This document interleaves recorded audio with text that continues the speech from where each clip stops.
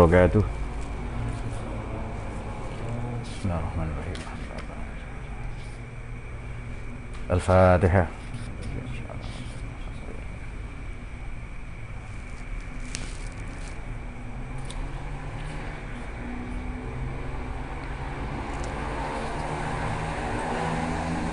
Bismillahirrahmanirrahim. Alhamdulillahirabbil alamin. Wassalatu wassalamu ala sayyidil anbiya'i wal mursalin imamil muttaqin sayyidina wa maulana Muhammadin wa ala alihi washabihi ajmain, amma ba'd.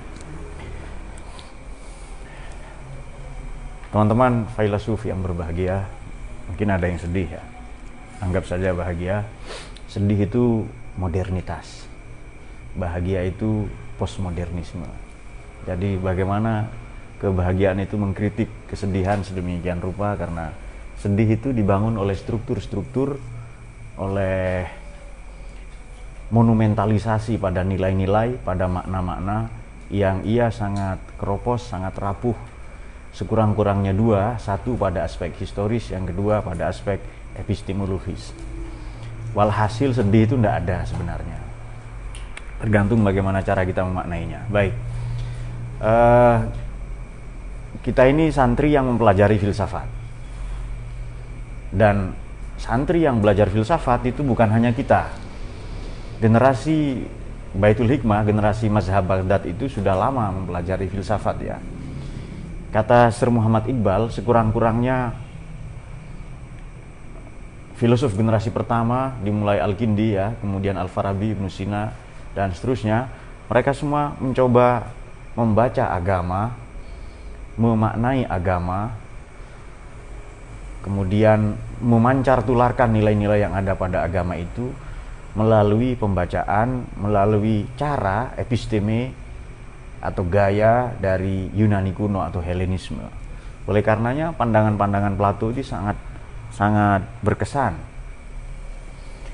Karena teramat besar jasa Plato, sampai-sampai orang mengatakan seluruh karya filsafat saat ini adalah catatan kaki dari karya Plato itu. Tentu saya tidak percaya itu karena saya ilmuwan. Anda yang percaya silahkan. Baik, namun demikian ini kelas yang kesekian dari postmodernisme. Akan kita teruskan seorang nama yang sudah kita kirimkan tadi. Namanya siapa?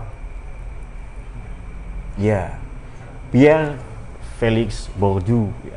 Itu orang Prancis membacanya begitu. Boleh nggak salah-salah baca? Boleh saja. Saya yakin kalau dia suruh baca nama kita juga salah-salah. Jadi misalnya suruh baca namanya Burhanuddin Bur Sugiono, masih begitu kan. Jadi beri pakai Sugiono kan pasti salah-salah itu. Dia dipengaruhi oleh terutama Wittgenstein atau yang sekurang-kurangnya itu Merleau-Ponty, Edmund Husserl, Marx, Maximilian Weber, Durkheim, dan belakangan Levi Strauss. Di buku ini teman-teman bisa melacak ya petanya. Juga di mazhab Frankfurtnya Martin Jay ini kita juga sudah membuat beberapa catatan.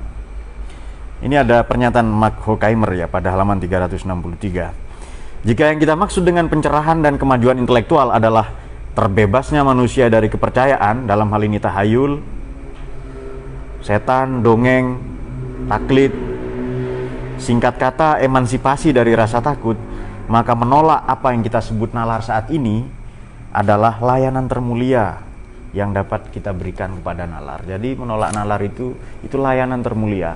Cara menghormati nalar adalah mengkritik nalar itu sendiri. Oleh karena itu modernitas itu kan rejected the conventional styles of prose and poetry, menolak prosa dan puisi. Tetapi postmodernisme tidak. Modernism was based on using rational and logical means to gain knowledge, since they rejected realism. Modernitas atau modernisme itu berpijak pada penggunaan rasio dan makna-makna logis, pendekatan-pendekatan logis untuk to gain knowledge, untuk sampai pada pengetahuan. Tapi posmo sebaliknya, was based on unscientific, irrational thought process and rejected logical thinking.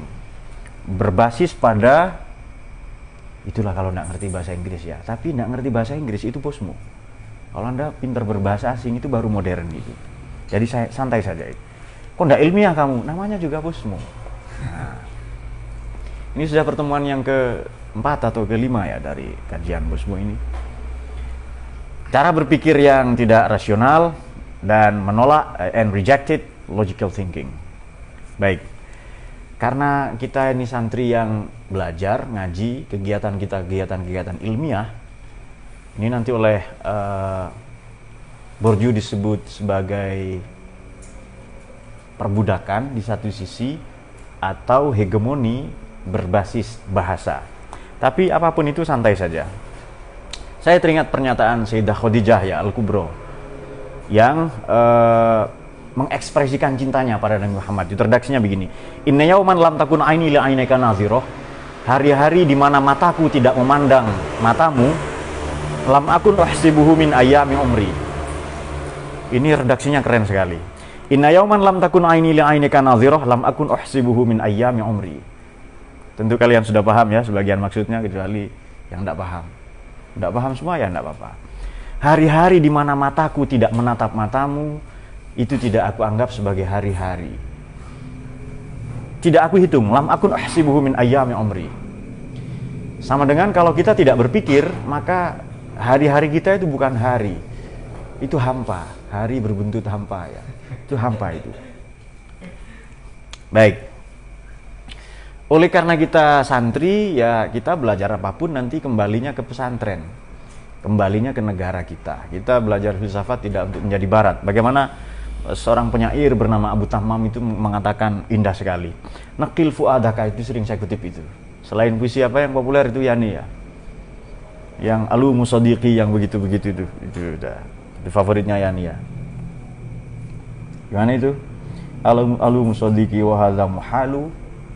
Sadiqi yuhibbu kalamu yuqalu wa hadza kalamun balighu yuqalu muhalun jamalu yuhibbu muhalun jamalu yuqalu khayalu. Itu puisi favoritnya Yani sampai ditulis di mana-mana. Saya yakin sudah memakan korban. Kita kembali ke Abu Tammam. Naqil fuadaka haitsu syi'ta minal hawa. Silahkan kamu berganti-ganti hati. Silahkan kamu lemparkan, kamu tancapkan cintamu ke sekian banyak gadis. Sekian banyak perjaka kalau ada, itu kalau laku ya. Innamal hubbu lil habibil awwali. Tetapi cinta itu tetap saja akan kembali pada cinta yang pertama atau kekasih yang pertama. Kita berangkat dari pesantren itu berkeliaran, berpetualang sekian banyak ranah pemikiran, prisma-prisma pemikiran, peradaban dunia, tapi nanti pulangnya juga kembali ke pesantren juga. Karena itu kekasih kita yang pertama. Wa kam min manzihin ya'lafu hal fata walakin haninuhu daiman ila awwali manzili. Kamu boleh datang ke banyak negeri, ke banyak rumah, tapi kerinduanmu kembali kepada rumah yang pertama. Apa itu? Ya Indonesia ini. Itu dia, kita tidak untuk menjadi barat ya. Buku-bukunya yang terkenal dari ini Felix yang keren, bukan Felixio ini. Jadi Pierre Felix Bourdieu ya. Kalau Anda nggak bisa mengatakan itu juga tidak dosa. Karya-karyanya distinction ya. Ini pembedaan, sudah beberapa kita ulas. Kritik-kritik sosial, social critic of the judgment of taste, mengenai selera. Ya belum lama ini meninggal, 2002 ya. Saya tidak pernah, belum pernah mengikuti kuliahnya, tapi kalau Habermas saya mengikuti kuliahnya langsung itu. Baik, pandangan Bourdieu ini bertolak dari habitus, dari kebiasaan, dari tradisi. Habit, orang Kulon katakan habit is the second nature. Kebiasaan itu watak kita yang kedua, habitus. Nilai-nilai sosial yang kita hayati itu namanya habitus. Tetapi kemudian yang kita hayati itu membentuk kepribadian kita, mewarnai bagaimana kita berpikir, sekurang-kurangnya ia menjadi getar, menjadi energisitas ya, membentuk pola pikir dan pola sikap kita, itu disebut habitus. Karena nanti mengendap menjadi pola pikir dan pola sikap. Jadi habitus adalah nilai-nilai sosial yang kita hayati, kemudian menjadi pola pikir dan pola sikap. Itu definisinya. Definisi saya itu. Kalian sering kan mendengar pola pikir, pola sikap, itu yang gampang lah pokoknya itu. Dan oleh karena habitus ini sedemikian mempengaruhi fisik, jadi cara berpikir ini kan, apa yang kita lihat di pikiran akan kita lihat di kenyataan. Maka ia akan menjadi semacam heksis. Jadi dari habitus menjadi heksis. Dari pola pikir menjadi pola sikap. Misalnya, kenapa pendosa ini sulit move on? Karena dosa-dosanya sudah menjadi habitus. Kenapa orang sulit hijrah? Hijrah maknawi loh ya, bukan hijrah makani, bukan hijrah gamisi, jenggoti, hijrah jidati, hijrah apa lagi? Cadari, bukan, tapi hijrah maknawi. Memang hijrah yang substansial. Yang bahasanya siapa? Mullah Sadra ada harokah jauhariyah, ada gerak substantif itu. Betul-betul hijrah. Bukan hijrah syuuri ya, bukan hijrah yang formalistik, itu bukan. Baik, sama dengan begini. Anda pacaran lama sekali, maaf, sebagian orang, sebagian besar ya. Begitu mau putus itu pasti sangat menyakitkan. Kenapa? Karena baik engkau maupun pacarmu telah sama-sama menjadi habitus dan heksis itu.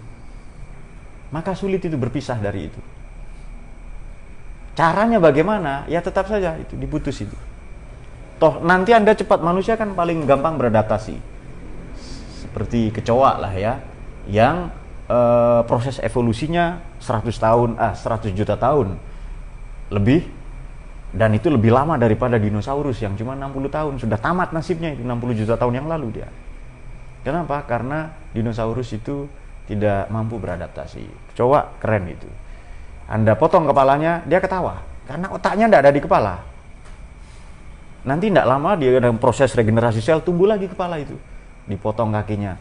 Jadi cara membunuh kecoa, ditengkurapkan saja itu, dibalik itu. Lalu gitu saja kan, tidak bisa bergerak itu. Nah, dia akan mati tidak lama kemudian. Dia bernafas dari labirin-labirin ya, rongga-rongga, kelenjar-kelenjar yang ada di perutnya itu ya. Baik. Karena habitus ini diperoleh dari lingkungan di mana seseorang itu berada, habitat ya kan, yang kelak disebut habitus ya. Kalau kalian habitatnya di dunia maya, kalian itu ya. Kemudian manusia mengira bahwa dirinya sebagaimana dibentuk oleh habitus itu. Saya ulangi, ia lantas mengira bahwa dirinya, karena dia orang Prancis, le moi ya, diri, self bahasa Jermannya ya, atau nafas bahasa Arabnya, dia menganggap dirinya adalah habitus itu. Padahal tidak. Satu pertanyaan kritis bisa kita ajukan untuk kemudian Anda jawab nanti, bisakah manusia independen, teremansipasi, terbebas dari pilihan-pilihan habitus itu? Nah, itu dia. Baik. Maka berkecamuklah dalam diri manusia dialektika. Habitusnya habitus santri, habitusnya masyarakat tradisional, tapi yang dipelajari filsafat, yang dipelajari tasawuf, yang dipelajari perbandingan agama, yang dipelajari pendidikan seks usia dini. Misalnya ya, usia dini ya apa, kecoa dengan tikus lah, kemudian bagaimana diteliti. Saya waktu kecil itu mempelajari pendidikan seks usia dini. Saya mungkin berumur 3 atau 4 tahun sudah memperhatikan ya sexual intercourse itu, koitus itu ya, bebek. Bebek atau apa? Bahasa Jawanya mentok. Apa itu? Apa itu, Beb? Mentok itu. Bahasa Indonesianya apa itu? Bukan, angsa yang besar itu ya. Sejenis itulah ya. Sejenis bebek lah pokoknya itu, sejenis itu. Ya, iya. Oh, itik, bukan, betul bebek, betul. Jadi itik itu yang agak tinggi itu ya, itu yang agak merunduk. Nah, itu kan kelaminnya berbentuk spiral. Nah, di musim-musim bebek itu kawin, kita menyiapkan abu gosok. Abu hasil pembakaran di tungku di rumah ibu-ibu kita itu, atau dengan debu. Kita tunggu itu, begitu keluar kelamin langsung kita siram dengan itu kan tidak bisa masuk lagi itu nanti itu. Sudah ada kekejaman kekerasan seksual yang kita lakukan kepada binatang-binatang nanti, tetapi Tuhan mengilhamkan si bebek itu untuk mencari sungai-sungai terdekat untuk mencuci itu, dan Saya lihat memang tidak lama kemudian masuk lagi. Itu pendidikan seks usia dini yang habitus ya, habitus itu. Begitu ke kampus atau belajar ke luar negeri, itu habitusnya lebih ugal-ugalan itu. Baik, tanpa disadari habitus-habitus ini kelak akan menjadi praksis. Praksis tahu ya? Praksis itu dialektika, teori yang ia wujud nyatakan, yang di class action-kan menjadi tindakan. Teman-teman yang demo, yang aksi-aksi, yang mahasiswa itu dan sebagainya. Jadi praksis ini pasti ada landasan teorinya, ada ideologinya. Marxis misalnya dijadikan praksis oleh Mao Zedong misalnya, oleh Lenin.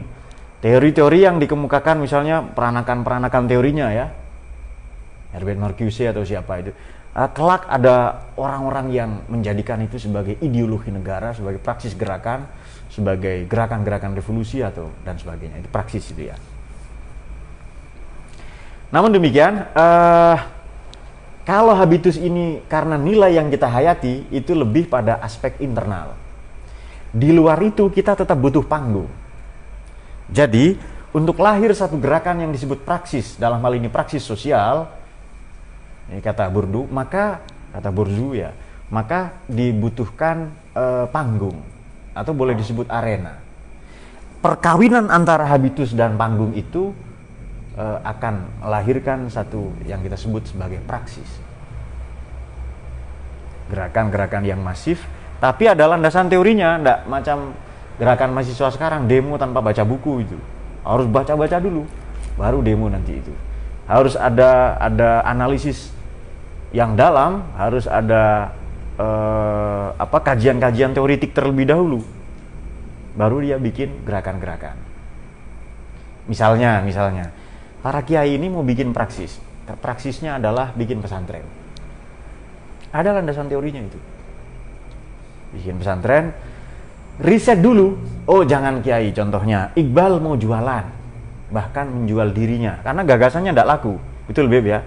Dia mau jual dirinya. Karena dia mau jual gagasan tidak laku, menjual diri itu ya. Menjual lemoa, an-nafas itu dijual itu. Apa yang mula-mula dilakukannya? Dia bikin riset, bikin tabulasi, bikin statistik. Ada berapa penjual, ada berapa pesaing kan. Dalam eksistensialisme kan orang lain itu ancaman bagi kita kan. Kemudian ada berapa toko, kemudian toko online tentu saja yang dimaksud ya. Yang potensial menjadi pesaingnya siapa, itu terus begitu. Apakah ini berlaku dalam politik? Tentu saja. Jangan dikira Raja pertama Mataram, Panembahan Senopati, Danang Sutawijoyo, Raden Loring Pasar itu ya, karena rumahnya dekat pasar, Loring di utaranya pasar itu, di utaranya pasar. Nama lainnya. Saya tahu karena sudah baca kan, masa ilmuwan tidak baca itu. Bapaknya Ki Gede Pemanahan, konon ia anaknya Hadi Wijaya alias Jaga Tingkir alias Karebet ya, muridnya Sunan Kalijaga itu. Untuk melindungi aristokrasinya, apa yang ia lakukan? Pendekar-pendekar di kampung di Alas Mantau yang kelak bernama Karta atau Kerto, itu sekarang ada di Jogja, itu dipanggil semua. Pendekar-pendekar, ilmuwan-ilmuwan, pujangga-pujangga, pemangku padepokan dipanggil semua, masing-masing dikasih gelar Ki Gede, Ki Ageng gitu, untuk melindungi aristokrasinya. Lalu ditautkanlah mitosnya ke pantai selatan. Saya jadi raja ini karena dapat wahyu ke Prabon, Anda tidak bisa. Saya mempelajari betul suksesi politik berdarah ya, itu ngeri sekali itu suksesi. Bagaimana kalau Majapahit lebih sadis lagi. Bagaimana peralihan wangsa Ken Arok itu dari Singhasari misalnya, nanti perang dengan Kediri dengan gelang-gelang, kemudian dia menyatakan kalah setelah dibantu oleh Haryo Wirorojo atau nama lainnya Arya Wiraraja dalam sebutan kalian, Nararya atau disebut Haryo, disebut Aryo juga sama ya. Karena bahasa Jawa kuna ini, bahasa Jawa tidak ada huruf A, adanya ho. Jadi H, ho atau ho. Aryo itu Haryo. Ada orang namanya mungkin Arya Duyani kan, Arya Dwi Pangga itu Haryo, Harya. Haryo itu Haryo. Hamangkurat, Amangkurat. Hamengku Buwono itu ada H itu, A itu ya. Nah, cuma ada 20 aksara itu.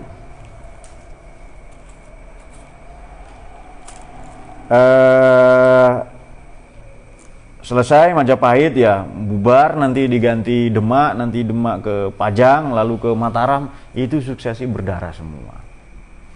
Tapi kan dari Mataram ke mana?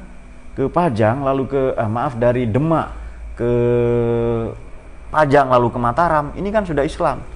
Bukan soal Islam atau tidak Islam. Memang kekuasaan itu menuntut tumbal, itu saja. Tentu raja-raja pertama itu relatif bijaksana, arif lah. Jadi didukung oleh Wali Songo, Raden Patah itu bikin kerajaan tempat itu bernama Gelagahwangi. Atas isyarat dari Sunan Ampel itu, kamu tinggallah di satu daerah bernama Gelagahwangi yang sekarang Demak itu. Di situ ada rumpun bambu. Maka rumpun bambu itu disentuh-sentuh. Bahasa Jawanya demak, demok itu. Demok itu menyentuh itu. Lalu menjadi Demak itu. Raja pertama bijaksana, Tan Kim Han atau Ahmad Alam Akbar Al-Fattah atau Pangeran Jimbun atau Raden Patah itu. Begitu diganti anaknya, Pangeran Sabrang Lor, yakni Adipati Unus yang menggembur Portugis di Malaya, Selat Malaka itu, kalah. Itu ditulis oleh Pram itu. Kemudian begitu Pati Unus meninggal, adiknya berebut tahta. Nah itu dia. Dua orang, antara Raden Kikin dengan Sultan Trenggono. Raden Kikin itu Raden Mutamakin ya. Orang dulu gampang saja disebut Raden Kikin itu. Kelak Raden Kikin ini dibunuh dengan keris Kiai Setan Kober itu yang dicuri dari Sunan Kudus. Matilah dia di tepi sungai sehabis sholat Jumat. Dan ia disebut Pangeran Sekar Sedoeng Lepen. Pangeran Sekar itu bunga Sedoeng Lepen yang gugur di sungai. Anaknya masih kecil. Dihanyutkan itu ya, seperti sipul dihanyutkan kemana itu. Di sungai-sungai dekat sini, Sungai Brantas ya. Lalu Nyangsang, anaknya itu Nyangsang ditolong oleh Sunan Kudus, disebut Haryo Panangsang karena dia pernah nyangsang di situ. Wah, nanti berebut tahta. Ganti karena menantu Karebet memindahkan Demak ke Pajang. Terus itu nanti Aryo Panangsang menjadi Raja Jipang, Adipati Jipang, Jipang Panulan atau disebut Aryo Jipang, Haryo Jipang atau Aryo Panangsang tadi itu. Wah, ini suksesi berdarah sekali. Itu pertempuran antara senjatanya dua wali. Seolah-olah itu perangnya Sunan Kudus dengan Sunan Kalijaga itu. Seolah-olah lo ya, seolah-olah itu. Kenapa? Karebet, Hadiwijaya atau Jaka Tingkir itu santri salah satu murid kinasihnya Sunan Kalijogo. Aryo Panangsang muridnya Sunan Kudus. Dua orang itu diundang supaya nggak berantem. Diundang ke Masjid Kudus. Di Masjid Kudus itu entah di pintu sebelah mana, pintu bagian mana, itu oleh Sunan Kudus dikasih Raja Kolocokro.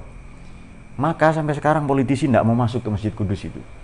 Karena langsung copot, langsung runtuh jabatannya. Dan Sunan Kudus tidak ngasih tahu ada di gerbang sebelah mana Raja Kolocokro itu. Anehnya yang masuk ke situ ternyata Aryo Panangsang. Kalau gitu kamu harus puasa 40 hari. Begitu selesai puasa 40 hari untuk mengembalikan kesaktiannya itu, ada tantangan. Disinilah permainan intelijen. Intel sekarang belum sekeren intelnya Pajang, Jipang yang hebat sekali. Itu abad ke-16 itu. 1547. Pasca runtuhnya Majapahit ya, Sirno ilang kertaning bumi itu. 1440 Masehi, 1400 Masehi atau 1471 tahun Caka atau tahun Saka. Bikin sayembara, siapa? Saya singkat saja ini ya, nanti sebelum nyambung ke sini. Ini bukti bahwa suksesi itu loh ya, mau dipoles dengan agama bagaimanapun politik ya tetap begitu. Praksisnya begitu. Nanti kita sambung ke Bordeaux itu sedikit.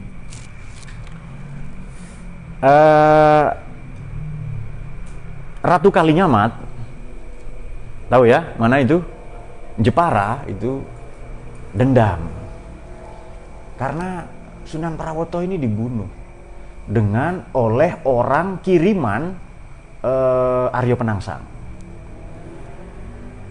Dibunuh, dia bela pati karena suaminya meninggal, istrinya menghadang, sama-sama mati.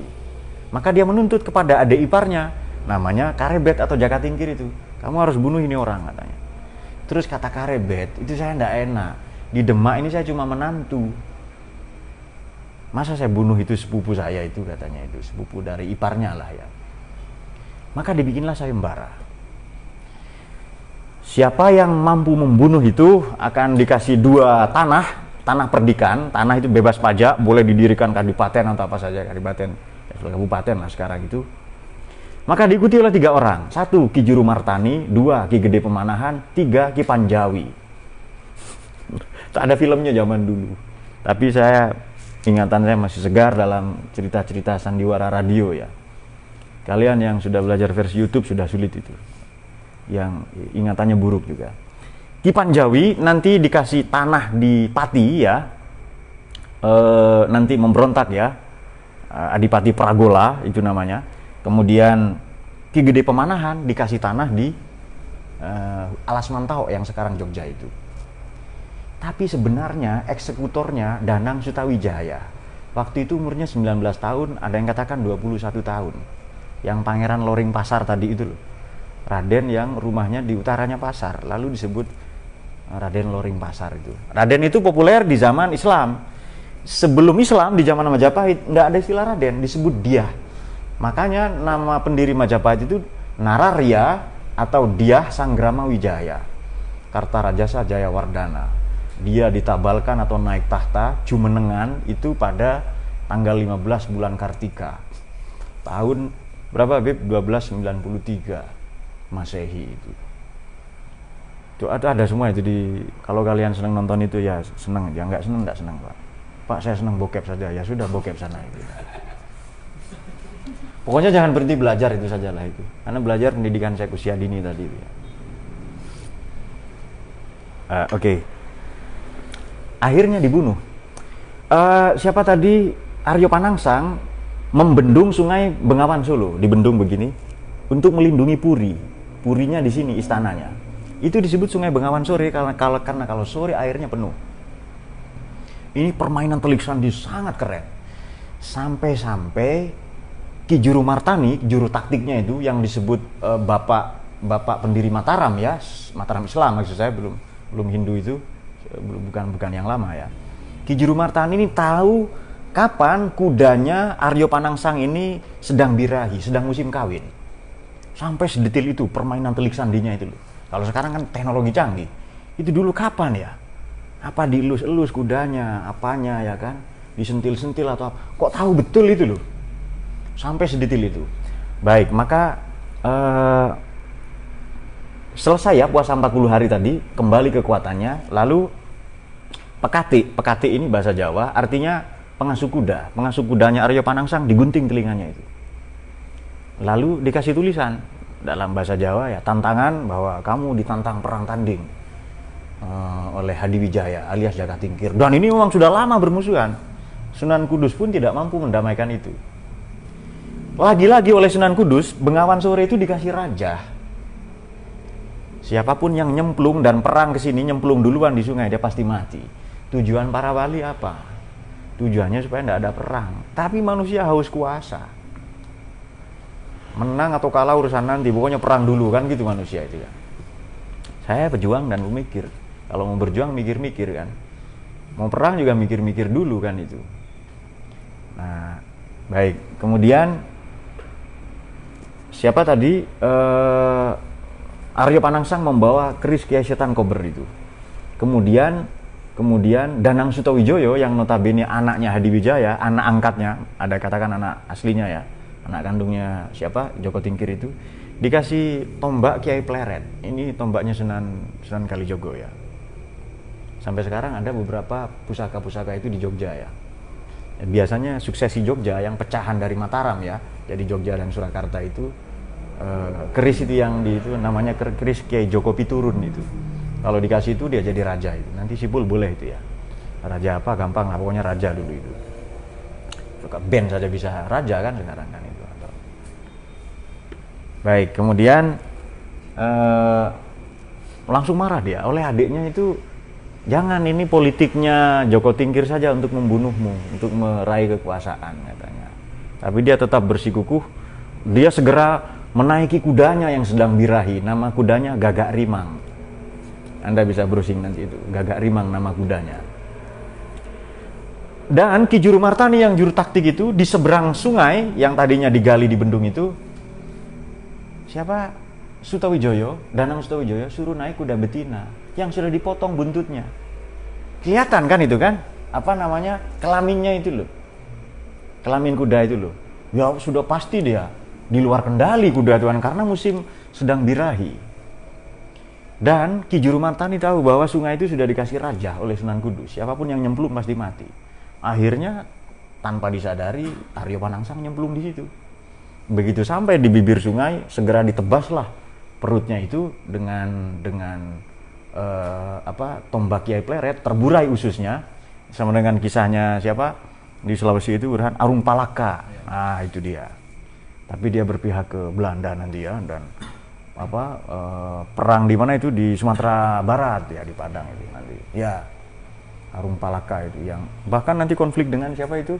Dengan Sultan Hasanuddin. Tapi bagi Bone dia seorang pahlawan itu, bagi masyarakat Bone ya. Karena ada patungnya itu ya. Kata Sipul, kok bacaan saya nggak sampai segitu? Ya, memang Anda masyarakat itu yang nggak dibutuhkan oleh sejarah itu ya. Tapi jangan terlalu pinter, nanti Anda dipanggil oleh orang-orang tertentu untuk ngaji online gitu ya. Nggak ada hubungannya dengan itu. Akhirnya usus yang sudah terburai itu disampirkannya ke gagang keris Kiai Setan Kober itu. Sudah berhasil diringkus Sutawijoyo itu. Tapi kata Ki Juru Martani, "Duh, kamu nggak adil. Dia kan sudah nusuk kamu pakai tombak itu, kamu bunuh saja." Langsung ditariklah keris itu dan memutus ususnya sendiri dan matilah ia. Tapi Ki Juru Martani bikin laporan palsu. Yang membunuh ini Ki Gede Pemanahan dan Ki Panjawi. Bukan anak muda ini, eksekutornya anak muda ini. Itu yang ngatur strategi adalah Ki Juru Martani. Akhirnya Ki Panjawi mendapat tanah di Pati itu, kemudian Ki Gede Pemanahan, bapaknya siapa? Danang Sutawijoyo, ada yang katakan bapaknya adalah Joko Tingkir ya. Itu mendapat alas mantau. Kenapa? Ini pinternya Ki Juru Martani. Kenapa tidak disebutkan Sutawijoyo yang membunuh? Kenapa? Karena kalau dikatakan Sutawijoyo yang membunuh, dia tidak akan dikasih tanah oleh Jaka Tingkir. Kenapa? Dia anak angkatnya. Nah itu dia. Lalu dibikin itu ya, kerajaan lama-lama. Dan terus begitu.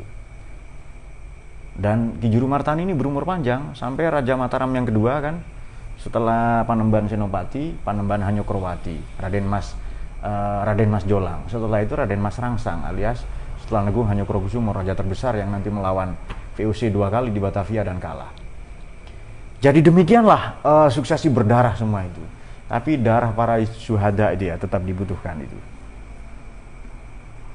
Baik, kenapa ada dialektika dan ada praksis? Ini penentunya mu'id, penentunya adalah kapital. Ini kan tadi melahirkan habitus, apalagi tadi itu kan di dalam kan ya, habitus, heksis ini membentuk dialektika manusia sedemikian rupa, maka lahirlah praksis. Ini menjadi dialektika, lalu dialektika menjadi praksis. Apa yang dibutuhkan untuk ada praksis? Itu harus ada kapital. Nah, syarat dari apa ini? Syarat dari praksis adalah kapital. Ini dia. Nah, kalau tidak ada kapital, tidak bisa. Kata Bourdieu, kapital ini modal utama untuk kita mendapatkan banyak peluang dan kesempatan dalam hidup. Walhasil kapital ini bisa merubah nasib kita. Tapi kapital ini bukan hanya ekonomi loh ya. Itu kan versinya Mu'id itu, versi pedagang-pedagang itu. Bukan itu. Ada kapital intelektual, namanya pendidikan. Nah, itu nomor 1 katanya itu. Kapital intelektual. Tidak akan ada Mataram Islam kalau otomatis Jogja tidak ada. Kerajaan sekarang itu. Hamengkubuwono berapa yang sekarang? Yang 10 gitu. Otomatis tidak ada itu. Yaitu suksesi Hamengkubuwono yang kelima juga. Waduh itu. Ada yang dibunuh oleh istrinya sendiri. Demikianlah hidup itu. Jadi tidak usah kaget. Jangankan itu nabi, siapa yang mau melawan nabi? Adakah yang mau melawan? Ya ada, umatnya sendiri. Bahkan anaknya sendiri kadang. Nabi Lut ditentang oleh istrinya, kemudian Nabi Nuh juga ditentang oleh istrinya dan anaknya, dan itu biasa. Maka di Quran setelah cerita siapa?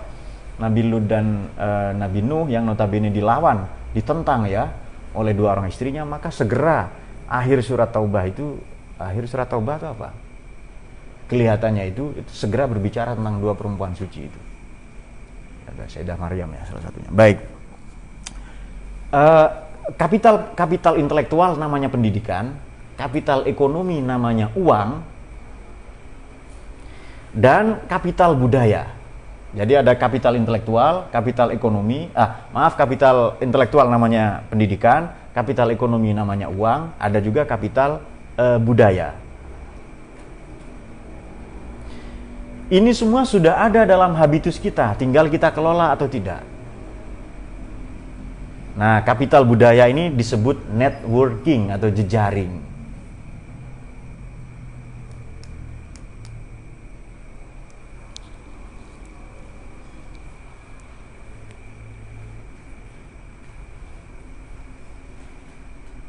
Di Indonesia tentu berbeda. Di Indonesia ada satu kapital lagi, namanya darah biru, lordship, kebangsawanan. Ini kita tambahkan ya, Burjo tidak menyinggung ini, tapi untuk konteks Indonesia ada. Kan ada Kiai Raden siapa itu ya, Raden Anu bin Anu itu. Boleh nggak itu? Ya sah-sah saja. Bahwa Wahab itu cucunya Joko Tingkir. Tapi Anda mau cucunya siapapun tidak penting itu. Kalau Anda tidak punya kapital ekonomi, apalagi kapital intelektual. Tetapi itu nomor satu, kapital intelektual, darah biru itu nomor sekian. Lordship ya, kebangsawanan itu nomor 24 lah. Nomor satu kapital intelektual, nomor dua kapital budaya apa tadi itu ya, jaringan, nomor 3 sampai nomor 23 kapital ekonomi. Baru nanti yang nomor 24 kapital tadi itu, darah biru itu ya.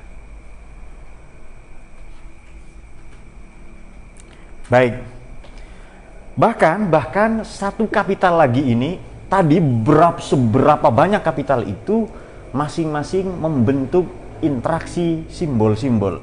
Di sini diulas ya dalam buku ini ya, interaksi tentang simbol-simbol. Interaksionisme simbolik. Itu masing-masing membentuk simbol-simbol sendiri-sendiri. Saya darah biru, simbolnya ini. Saya orang terpelajar, belajar di luar negeri, simbolnya ini. Kemudian saya belajar di Arab misalnya, kemudian alhamdulillah bokep dong, itu ke Arab-Araban misalnya. Ada yang begitu kan? Misalnya ya. Kalau saya ngomong bokep itu Anda ngeres pikirannya, itu salah Anda sendiri. Baik, di bab 10 halaman 595 ya, akar-akar historis utama mengenai pragmatisme, biarisme, dan ya, itu mengenai interaksionisme simbolik. Nanti ini kita akan berkenalan dengan Herbert Mead ya, salah satunya. Tapi itu mungkin pada pertemuan berikutnya atau berikutnya lagi. Baik, itu semua membentuk simbol. Bahasa sekarang trademark. Apa trademark ini? Merek dagang. Saya S1 itu kan merek dagang sebenarnya. Fauzi bilang saya sarjana Pak, sarjana agama. SPDI, sarjana pendidikan agama Islam. Subhat, SPDIS ya. Iqbal, sarjana alam goib atau apa itu? Abu Jahal, sastra Arab katanya itu. Itu kan merek dagang semua. Kenapa? Karena boleh jadi Anda lemah pada kapital intelektual, boleh jadi Anda lemah pada kapital budaya, kapital kebangsawanan, lordship darah biru tadi itu, maka Anda berusaha memakap dengan simbol-simbol itu. Katanya kalau sudah pakai mobil Ferrari, mobil-mobil mewah itu kan ada di filmnya siapa, Johnny English itu loh kan, dia datang ke gurunya, master itu. Guru, adakah yang lebih membahagiakan selain punya mobil BMW katanya. Terus gurunya buka laptop, tek-tek gitu ya. Sebentar, saya terhubung dengan dunia yang lebih tinggi katanya. Terus, ada. belilah mobil Ferrari, kata gurunya. Ada nggak yang lebih membahagiakan selain punya mobil Mercedes atau BMW itu ya? BMW kelihatannya. Lalu gurunya buka laptop ya, masternya itu yang gundul botak itu, cek harga-harga itu kan ada, belilah mobil Ferrari katanya itu karena lebih mahal itu. HP misalnya, kalau sudah ngajar nggak dipanggil ustadz, sakit lehernya itu, kayak kena tomcat macam saya itu kan ada. Nggak bisa nengok ke belakang kalau nggak dipanggil ustadz itu. Makanya saya nggak mau dipanggil ustadz. Ustadz itu panggilan apa? Orang yang dikebiri kelaminnya di Iran itu, di Persia kuno. Dari kata istad ya kan? Kenapa? Dia khawatirkan pedofil. Itu kok serius pedofil ya? Kaum Sadom. Kalau kiai ya nama-nama tombak, nama-nama kereta, nama kuda, nama gamelan, alat-alat musik itu disebut kiai.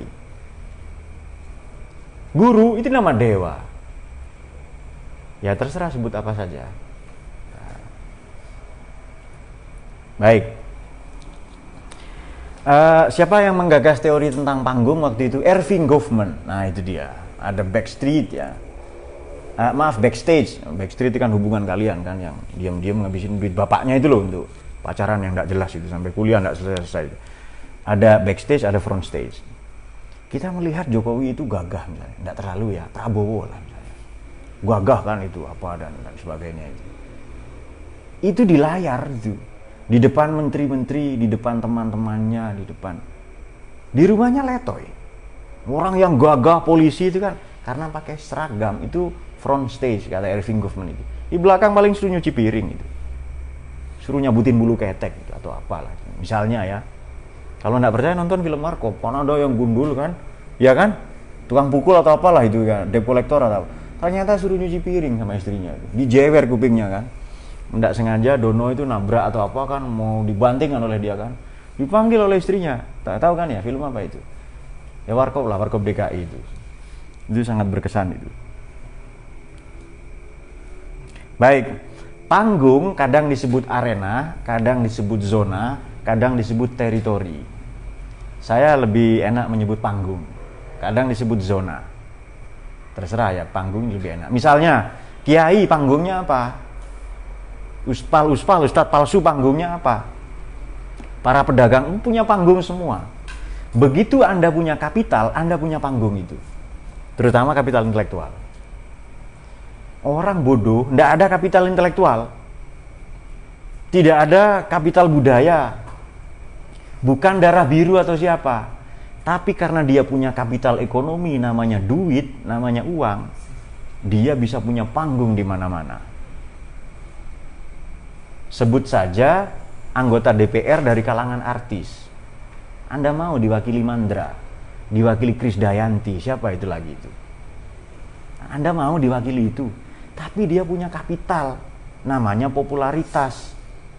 Dia punya kapital budaya berarti kan, networking itu, dengan televisi, dengan apa macam-macam itu. Instagramnya selebgram, diikuti apa, bangsa jin dan manusia, tuyul-tuyul dan sebagainya. Itu semua kapital itu memungkinkan dia sampai ke Senayan, mewakili kita meskipun tidak layak. Nah ini dia banyak ya, konsekuensi demokrasi begitu. Suka tidak suka Presiden Amerika Trump, suka tidak suka dia pakai politik sara atau apa ya, Presiden Brasil Jair Bolsonaro meskipun pakai isu komunis. Demikianlah itu orang punya. Jadi penting bagi kita punya kapital. Sementara lo ya, tapi nanti dikritik itu. Baik, kita teruskan tadi, sudah kapital itu semua mengerucut menjadi simbol-simbol. Jadilah simbol-simbol. Kata Bourdieu, simbol ini tidak satupun yang tidak ditulang punggungi oleh hasrat untuk berkuasa. Oleh karenanya semua simbol adalah nama lain dari penindasan. Saya ulangi, tidak satupun ya, jabatan, kapital, apapun saja yang kapital politik, semuanya kapital itu, tidak satupun yang tidak ditulang punggungi oleh hasrat berkuasa. Meskipun kapital intelektual. Ya, guru, pendidik, dosen ingin menguasai, minimal dia ingin jadi raja di sekolahnya. Dia ingin jadi raja di pesantrennya itu. Oknum lo ya. Tidak semua mungkin itu. Barangkali kalau. Baik. Nama lain, jadi kapital itu nama lain dari penindasan, dominasi-dominasi. Ini yang mengulas ini dengan sangat baik sebenarnya soal hegemoni ini adalah Antonio Gramsci ya. Nanti teman-teman bisa baca. Bisa membandingkan lah. Saya pernah tulis juga tentang Antonio Gramsci ini.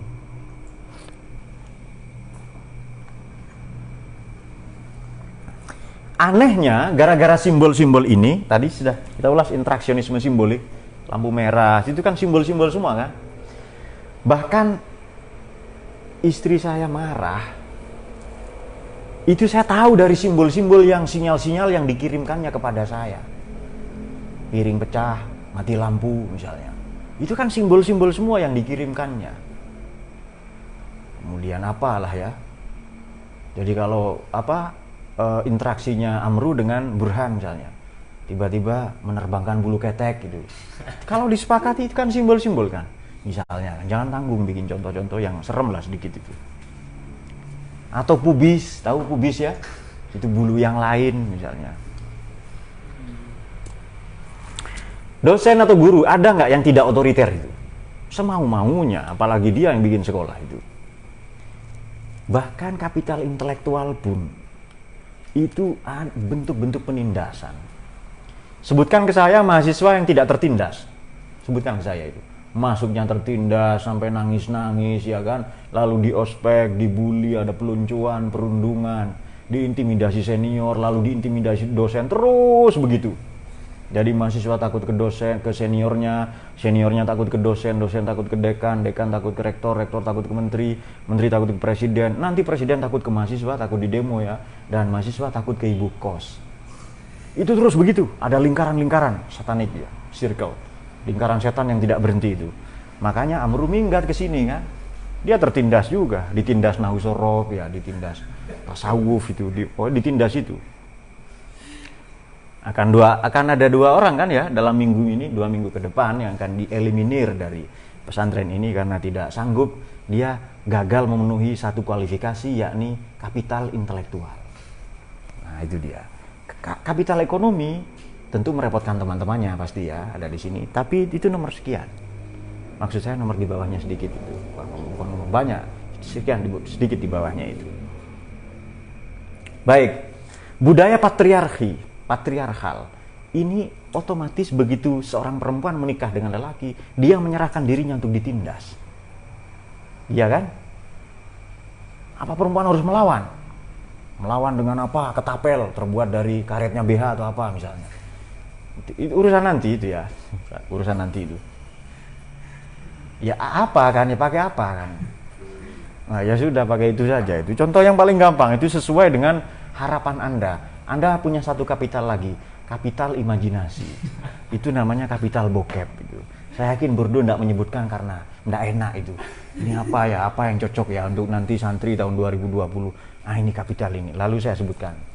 Saya sudah berkomunikasi secara telepati ya dengan secara batin itu, dengan arwahnya. Oh ini, lalu saya sebutkan itu ya.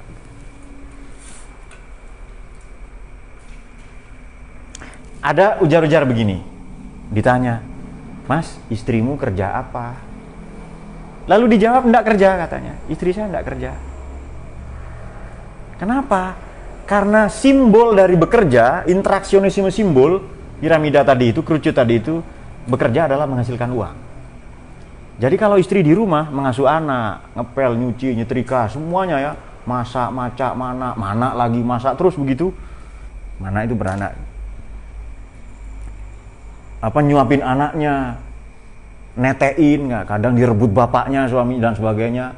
Maka ada kasus kan perempuan kena kanker payudara, ternyata keracunan tembakau.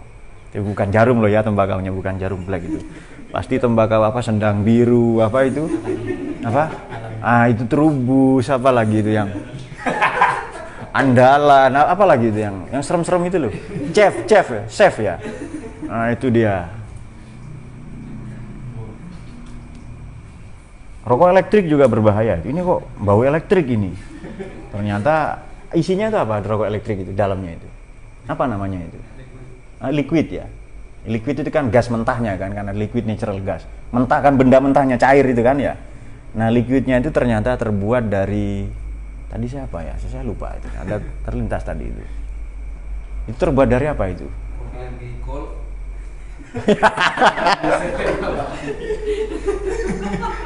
Nah itu terbuat, kalau Ustadz Yani itu terbuat dari mimpi, nah, dari imajinasi itu dan seterusnya. Dan itu diintimidasi. Jadi kok bau elektrik ini, bau liquid itu ya, ternyata perbuatan bapaknya tadi itu. Anehnya, jadi mahasiswa ditindas dosen, kemudian istri ditindas suami. Nanti kan ada gerakan-gerakan perlawanan, tapi nanti akan buntutnya akan kita sebutkan. Nah, dominasi simbol ini membentuk peradaban manusia, kata Bourdieu itu, dan ini adalah monumentalisasi, monumen dari nilai-nilai, norma-norma yang dibentuk oleh strukturalisme. Ini kan genetik ya, gennya struktur itu dibentuk oleh modernisme, yang itu semua harus dibongkar. Itu inti yang mau dikatakan. Jadi dari tadi saya belum bicara, hanya mau ngomong itu saja. Dari tadi saya belum bicara itu. Hampir sejam ya. Nah, itu dia. Dari tadi belum bicara, saya mau hanya bicara itu. Baik, nanti mekanisme dominasi itu akan mengarah pada satu istilah yang dalam bahasanya Bourdieu itu disebut doxa. Di buku ini juga disebutkan ya, dan panjang lebar di sini.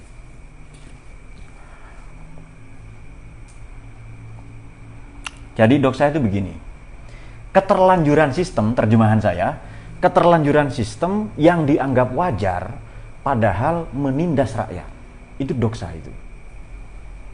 Keterlanjuran sistem, misalnya begini, kalau mau lancar urusan, ada uang bawa meja, ada uang dengar, ada pelicin, ada uang rokok misalnya. Uang rokok apa? Uang lem Aibon misalnya. Kan begitu kan ya? Itu kita menganggap sesuatu yang wajar, tawar-menawar dengan polisi, padahal itu keterlanjuran sistem. Ada ucapan terima kasih, kadang bahasanya diperhalus, ini ada biaya administrasi, nah itu suap itu sebenarnya, pungli, pungutan liar, tapi diperhalus, ini biaya administrasi, ini uang terima kasih, ini saya nggak nyogok lu ya, tapi ucapan terima kasih gitu. Dan itu dipelihara keterlanjuran itu. Itu dia ya. Jadi lamat-lamat, pelan-pelan, kata teman kita, perlahan-lahan, itu tidak lagi dianggap sebagai keburukan. Tidak lagi dianggap sebagai penyimpangan, indecent behavior ya, perilaku menyimpang, tapi itu dianggap tanda kutip sebagai kewajaran, bahkan keharusan untuk naik satu level dari kapital yang rendah menuju kapital yang tinggi, terutama dalam politik. Juga terutama dalam ekonomi, bahkan dalam pendidikan. Kalau mau cepat lulus skripsi, Anda nggak usah rajin kuliah. Skripsi mau dapat nilai baik itu bermanis-manis mukalah kepada dosen penguji, kecuali di sini ya. Nggak lulus itu. Saya nunggu revisinya orang-orang. Nggak lulus ya nggak lulus. Bermanis-manislah, bermanis muka, kemudian menjilat ya kan. Dosennya suruh tengkurap lalu dijilat. Kemudian ya pokoknya begitu, sedemikian rupa. Nah itu dia. Padahal doxa tadi itu cara pemerintah, penguasa sajalah ya, penguasa di kampus, di ekonomi, penguasa di segala kapital untuk mempertahankan kekuasaannya. Kalau tadi Danang Setowijoyo untuk melindungi aristokrasinya, dia bikin doxa. Apa itu? Saya dapat wahyu ke Prabon dari Nyi Roro Kidul. Yang layak jadi raja adalah anak saya, kalian enggak. Supaya enggak ada pemberontakan, bagaimana? Pendekar-pendekar di kampung-kampung, tokoh-tokoh, intelektual-intelektual, pemangku-pemangku perguruan dan sebagainya, dikasih gelar Ki Gede, Ki Ageng. Maka pendekar ini ada istilah dalam bahasa Jawa ngenger.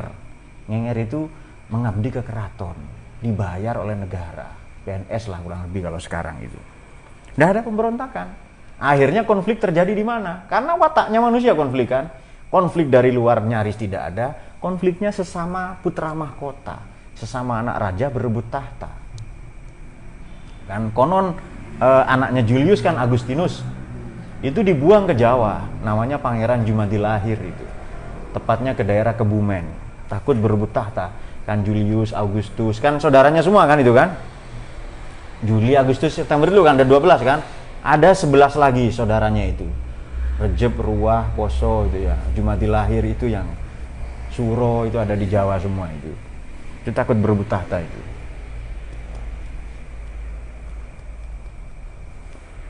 Baik. Revolusi mental, Indonesia hebat. Anda percaya itu? Itu slogannya Jokowi. Nah, dulu kan saya prediksi yang menang Prabowo ya kan?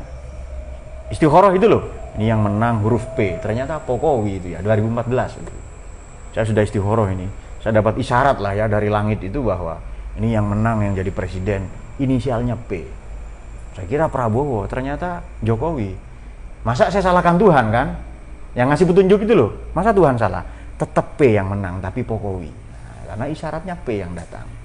Itu kita berbaik sangka pada agama ya kan. P. Nah, itu dia. Burhan. Pul ya. Pani. Pamru ya dan Pait ya dan Pazi ya. Lama-lama dengan slogan-slogan revolusi mental hilang sikap kritis. Sekarang kan gampang dituduh makar. Masa kiai mau bikin makar? Makar itu bawa senjata. Gampang dituduh makar, gampang apa? Fobia pada HTI, mau ya biarin aja. HTI santai saja sih. Apa sih HTI itu apa kok takut banget itu loh. Kalau saya biarin aja itu. Suntik mati kan selesai itu kan. Takut banget ke HTI. Kadang gimana itu? Itu kita lalu nalar kritis, lalu bekerja jadi buzzer-buzzer ya. Maka kita harus punya sikap kritis itu. Kenapa? Karena presiden yang kita pilih, wali kota yang kita pilih, gubernur, atau bahkan kepala desa yang kita pilih, itu orang yang kita bayar untuk menyejahterakan kita. Tapi faktanya nyaris tidak ada. Kita ini lebih sering direpotin negara atau negara membantu kita. Nyaris tidak ada gunanya. Iya kan? Hampir tidak ada gunanya itu. Tapi kita tetap bersyukur. Loh, negara ini kita yang bikin, kita yang mendirikan mbah-mbah kita. Kita syukuri. Kalau rusak ya kita perbaiki. Tetap lebih enak di Indonesia daripada di Hong Kong, di Taiwan, di Amerika itu. Nggak ada santai-santai begini ya, teriak-teriak itu. Nah, tetap lebih enak di Indonesia. Baik, begitu manusia, masyarakat hidup dalam doxa, sekurang-kurangnya ada 3 dampaknya. 1, tidak ada sikap kritis. Karena kesadarannya dihegemoni oleh keinginan penguasa. Penguasa di sekolah ya kampus itu dengan slogan-slogan, dengan televisi, dengan propaganda, medsos dan sebagainya itu.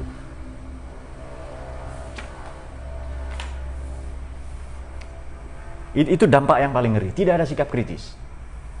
Kalau sudah tidak ada sikap kritis, tidak ada resistensi, tidak ada perlawanan, adem ayem saja.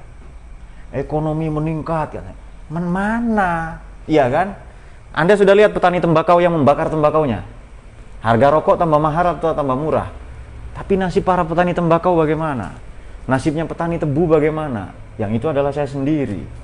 Iya kan? Itu mengerikan. Beberapa bulan yang lalu harga gula 18.000, terjun bebas sekarang 11.500 itu. Begitu tiba musim panen terjun bebas itu. Kapan petani tebu menikmati manisnya gula? Yang menikmati para tengkulak, mereka yang punya kapital, yang menciptakan habitus sedemikian rupa. Ya kan? Lalu pertanyaannya, apa gunanya sekolah? Untuk melanggengkan doxa-doxa ini. Tapi tetap kita syukuri situasi yang buruk ini ya. Karena saya kepada istikharah itu tidak mau, tetap istikharah saya yang benar. P pokoknya ini. Yang menang itu, Jokowi itu ya. Anda tidak percaya istikharah kan? Kalau gitu agama yang salah. Ya kan? Nah, sulit itu. Bagaimana itu? Tetap benar. Tapi bukan Prabowo, tapi Jokowi itu. Tapi belakangan Prabowo juga. Nah,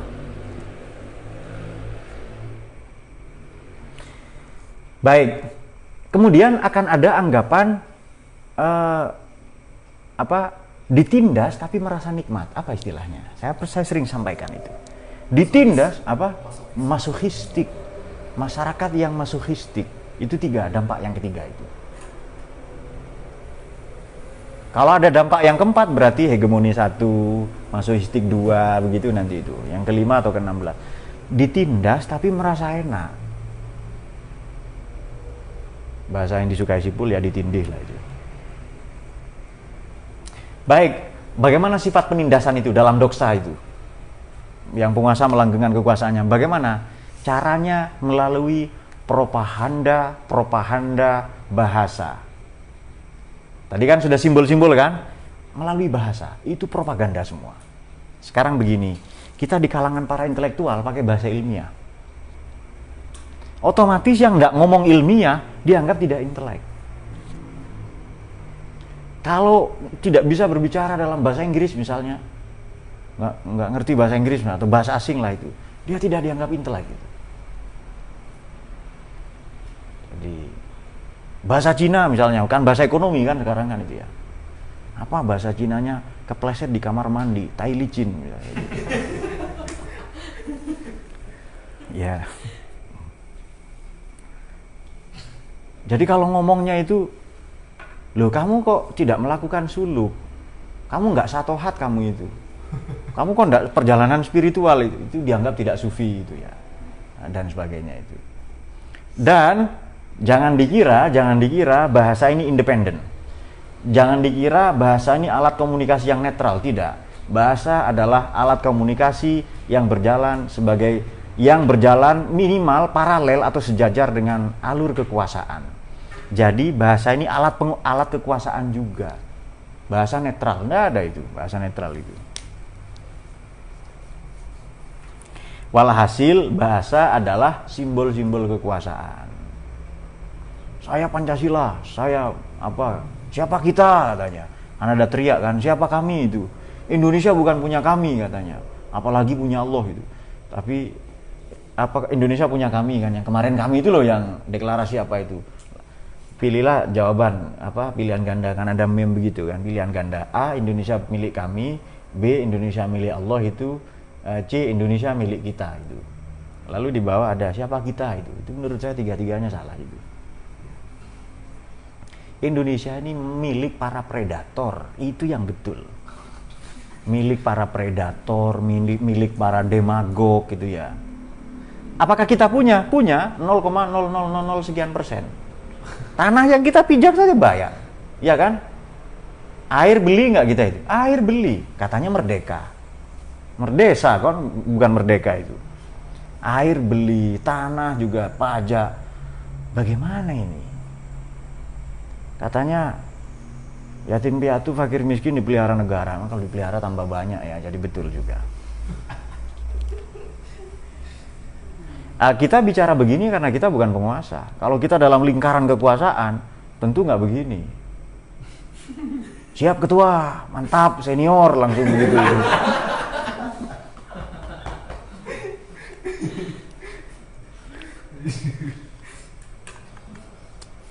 Ampun ya. Begitu-begitulah itu.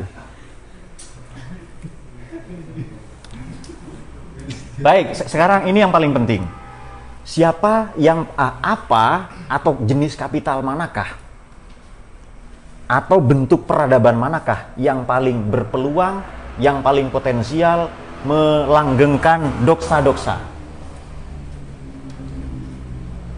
Nomor satu katanya Bourdieu itu pendidikan.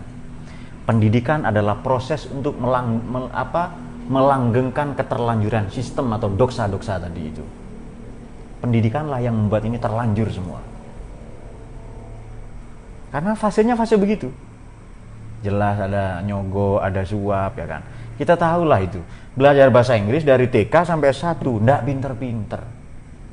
Begitu datang ke tempat kursus 3 bulan selesai. Kenapa di sekolah banyak mubazir waktu, mubazir umur? Mubazir waktu berarti waktu adalah uang, berarti mubazir uang. Umur adalah uang, itu juga mubazir uang. Kenapa? Nah itu dia. Tanya Galileo ya kan. Siapa tahu dia bisa jawab itu.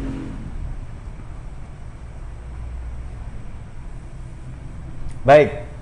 Apakah pendidikan di Indonesia khususnya membuka ruang bagi orang miskin? Apakah rumah sakit membuka ruang bagi orang miskin? Apakah jabatan-jabatan tertentu membuka ruang bagi orang yang non-kapital, yang tidak punya kapital?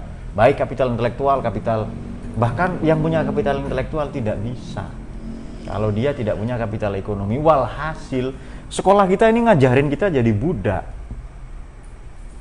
Itu kan ditulis di buku kondom gergaji. Kalau tidak terima, kritik saja buku kondom gergaji. Caranya beli dulu. Ada pedagang di sini kan, nah kritik saja itu. Kalau tidak terima, kritik saja buku itu. Nah, baik. Kenapa sih ada ini kelas menengah, ya kan? Kenapa ada begitu? Ini grassroots, akar rumput, wong cilik, grassroots wong cilik itu orang miskin lah. Grassroots kan akar rumput kan, maknanya orang kecil itu. Kenapa ini elit? Kenapa ada istilah-istilah seperti itu? Ini bahasa saja, bahasa yang menunjukkan dominasi-dominasi tadi itu. Baik, masih ada moral di Indonesia ini. Ini juga salah satu kritik Borju. Itu semua dibentuk oleh modernitas kan? Terutama puncak dari modernisme adalah Perang Dunia Pertama dan Perang Dunia Kedua. Itu puncak dari modernisme itu. Perang-perang seperti itu. Apa sih tujuannya? Amerika nyerang Irak itu loh, Perang Teluk 2008, apa tujuannya? Yang katanya memburu teroris, Osama bin Laden, apa tujuannya? Tujuannya nyari minyak gitu. Karena satu pun kilang minyak nggak ada yang rusak. Pangkalan militer, masjid, gereja, sekolah-sekolah hancur semua itu. Nah, itu juga problem ya.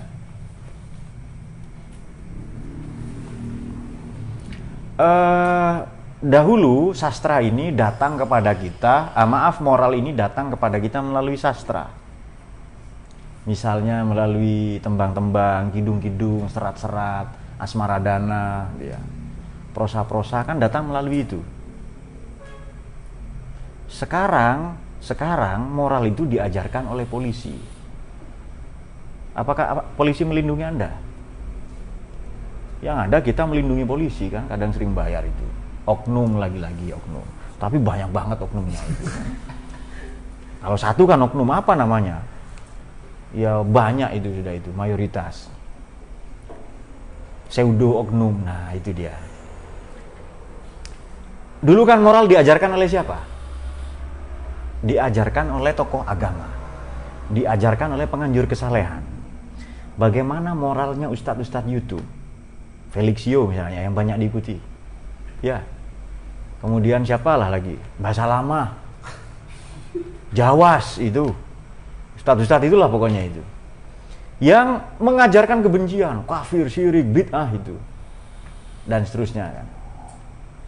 Kamu kok begitu model jenggotmu, ini model bid'ah kamu. Dan sebagainya itu. Yang tidak bid'ah apa? Poligami itu. Poligami fi sabilillah katanya. Nah, tapi sekarang moral itu identik dengan reward and punishment. Kalau sejujurnya tidak ada reward, punishment toh.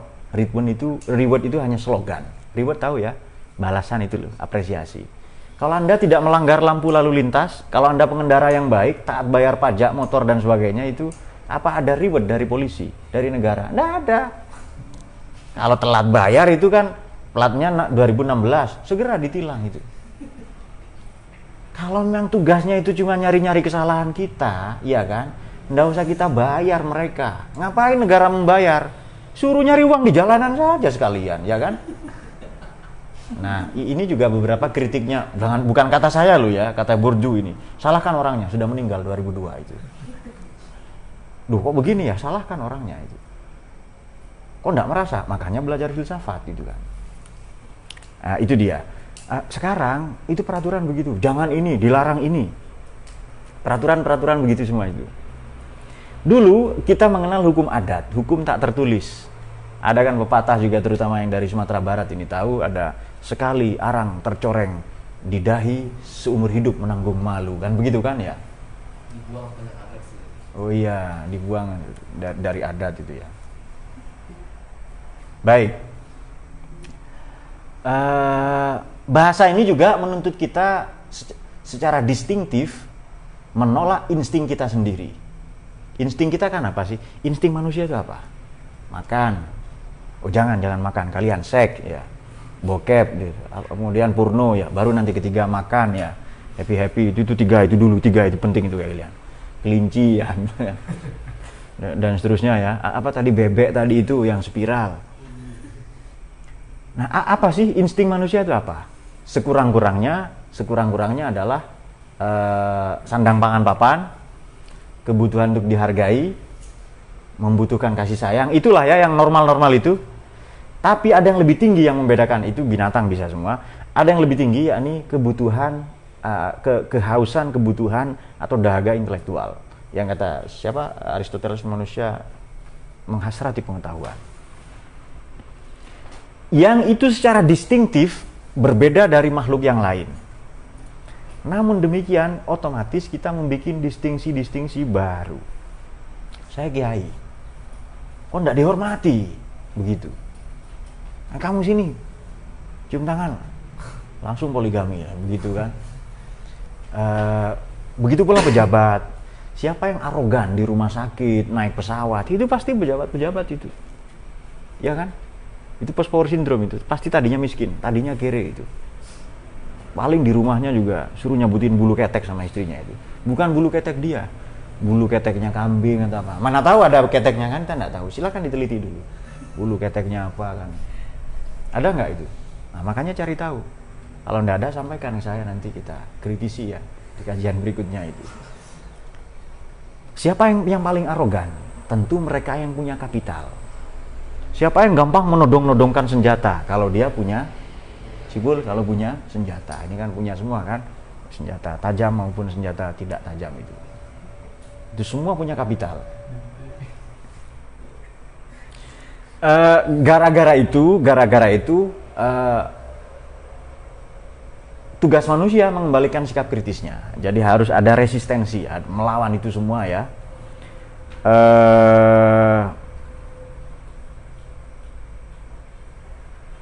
Sekarang kita langsung saja kepada inti, kepada puncak dari pemikirannya ini.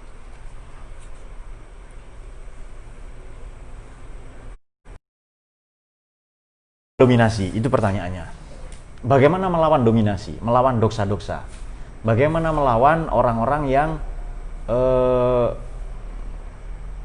memiliki sekian banyak sumber daya, atau bahasa kita kapital, bahasanya Sachiko Murata itu sosial kapital.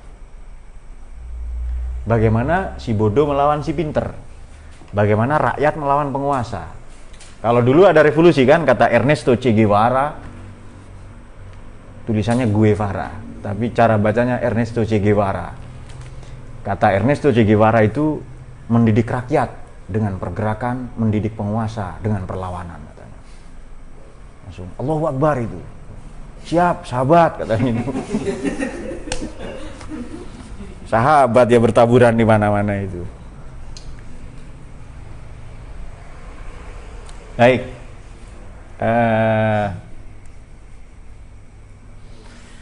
Bagaimana melawan dominasi ekonomi? Nah, itu dia. Langsung seperti Marx ya, karena memang teori kritis ini berangkat dari pandangan Marx ya, terutama dalam mazhab Frankfurt itu yang di buku ini juga sudah kita. Bagaimana melawan itu? Sekolah keterlanjuran tetap mempertahankan doksa, keterlanjuran sistem. Kemudian di ranah politik juga, di kebudayaan juga. Kan bisakah ada counter culture, budaya tanding melawan dominasi budaya? Di Indonesia Jawa misalnya. Seolah-olah suku yang lain tidak dianggap ada, ya kan? Presiden harus Jawa katanya. Itu mitos itu. Itu mitos saja itu. Tinggal dilawan saja. Kata Heri, saya Melayu, Pak. Ya silahkan dilawan itu. Baik.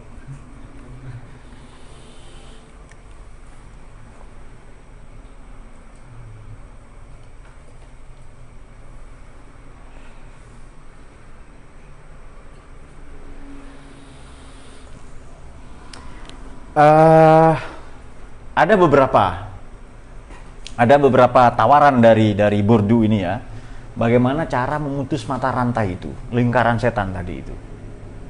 Apakah kita harus ganti generasi? Apakah suksesi kekuasaan, revolusi misalnya? Kemudian kita sudah tahu ya, reformasi kan kita berharap titik terang apa dan sebagainya. Ternyata semakin mengkhawatirkan. Kemudian apakah investasi misalnya? Baik. Atau kita mencari akar sejarah kita dengan meniru Hegel itu ke masa lalu. Kita punya semua modal. Misalnya sejarah masa lalu kita ini bangsa-bangsa berperadaban tinggi. Kita pernah menguasai 2/3 dunia, ya kan?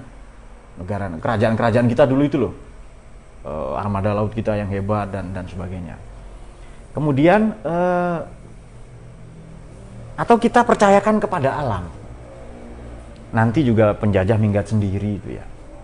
Dan terbukti kan Belanda minggat, Jepang juga tiba-tiba dibom atom, lalu kita proklamasi kemerdekaan itu. Kalau secara sofistik, Kiai sudah punya Ainul Basiroh, memandang dengan eye of heart. Tidak mungkin Belanda dan Jepang dikalahkan, maka berdoa supaya turun bantuan dari langit. Walillahi junudus samawati wal ardh, Tuhan punya tentara di langit, akan menyelesaikan itu semua. Atau kita percaya seperti itu? Nanti akan kita uji, ya kan, kita uji mana strategi. Apa misalnya seperti Thanos, tahu Thanos ya? Setengah penduduk bumi dimusnahkan semua itu. Apa kita santet massal kepada pemilik-pemilik kapital tadi itu, pemilik sumber daya itu, pemilik televisi, semua, apa santet massal misalnya itu. Siapa tahu itu kan rekan revolusioner itu. Nah, bagaimana melawan itu semua? Sekurang-kurangnya bagaimana kita mempertahankan sikap kritis. Karena ini ciri khas dari posmo ya. Apa investasi ekonomi?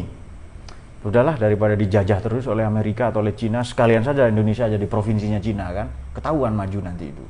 Apa begitu misalnya? Nah, kita ini jadi rebutannya Cina, Amerika, Rusia. Jadi rebutannya apa? Belakangan Arab ingin merebut juga. Sudahlah kita jadi provinsi mereka, atau begitu?